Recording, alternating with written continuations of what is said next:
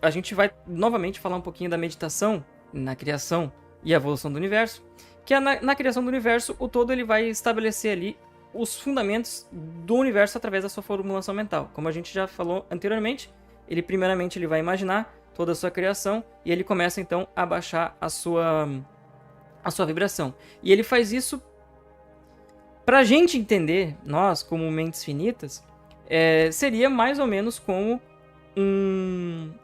essa ideia, mais ou menos nessa ideia de meditação. Obviamente que a meditação de uma mente infinita é totalmente maluca pra gente pensar como mente finita. Mas é basicamente assim que acontece, né? Ele vai se recolher como se fosse ali uma pessoa, vai se recolher no seu interior e vai fazer a sua criação. E aí, depois de estabelecidos os fundamentos materiais, ele vai começar a despertar gradualmente. E é esse despertar gradualmente que é a evolução da sua criação, né? Então,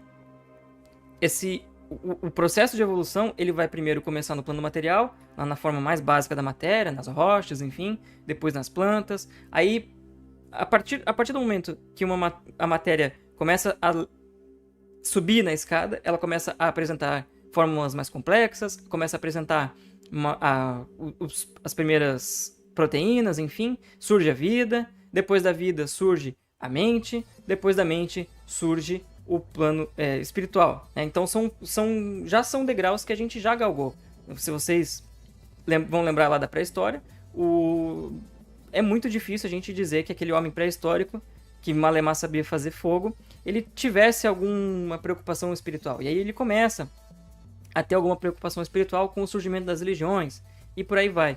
E isso vem numa crescente, né? Então, como eu falei, por mais que a gente ache que nos tempos atuais são de involução, são forças de ascensão e de estabilização. A gente pode estar numa força de estabilização muito grande, mas ela ainda é de estabilização. Nunca vai ser de involução. Então, com qual propósito que o todo cria o universo, né? Na filosofia hermética a gente vai ver que esses ciclos de criação, de efusão e infusão, eles são como piscar de olhos pro todo, né? Pra gente é uma eternidade toda, pro todo é um piscar de olhos. Então, por que ele cria os universos? O que ele tem a ganhar com isso, digamos assim? Tá, eu tô vendo que o pessoal tá mandando bastante mensagem aqui no chat. Eu já vou ler todas elas, tá bom, pessoal? É só a gente terminar aqui, mas vão mandando mensagem aí, por favor. Vão mandando que a gente, no finalzinho aqui da nossa explicação, todas as mensagens vão ser lidas, tá certo? Então, continuando, por que o todo ele cria o universo? O que ele tem a ganhar com isso? E aí a filosofia hermética vai dizer que não nos cabe, enquanto mente finita, pensar sobre isso, talvez com o intuito de ter uma resposta definitiva. Essa resposta não existe no nosso atual momento evolutivo, digamos assim, né? Essa resposta não nos é dada. Então, a gente sabe algumas coisas. A gente sabe que o todo, por exemplo, ele está além de todas as leis que ele criou. Ele respeita as leis quando ele se manifesta no nosso universo. Ok. Ele vai concordar com as leis que ele criou. Mas enquanto todo, ele está além de todas elas. E, inclusive, ele vai estar além da lei de causa e efeito. Então, a própria natureza do todo, ela vai transcender todas as limitações que a gente possa ter na nossa vida. Apesar de que, como eu falei, quando ele se manifesta no universo manifestado, ele vai concordar com as leis.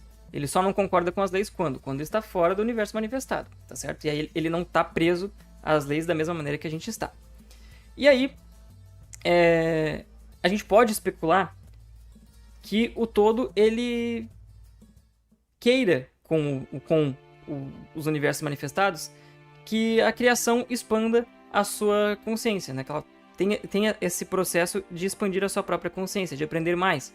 Então, se eu penso, obviamente, tá, pessoal, isso aqui é apenas um pensamento meu, tá? Não, como eu falo aqui, é longe de querer ser uma verdade definitiva sobre esse assunto.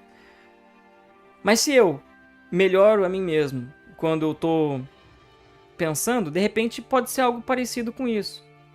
Quando eu paro para refletir questões mais filosóficas, eu procuro ter um ganho de consciência. Pode ser isso, no fundo, que mova o todo. Só que, obviamente, não há nada que o todo possa precisar ganhar, né? Então, de novo, a gente volta a estaca zero. Não existe uma resposta que satisfaça completamente essa pergunta, né, do porquê que o todo criou o universo. E a gente poderia também argumentar que ele cria os universos para que ele possa experimentar os mistérios do amor, do ódio, do prazer, enfim, da escuridão, da luz. Mas também, de novo, não há nada que o todo não saiba, e então voltamos na mesma estaca zero.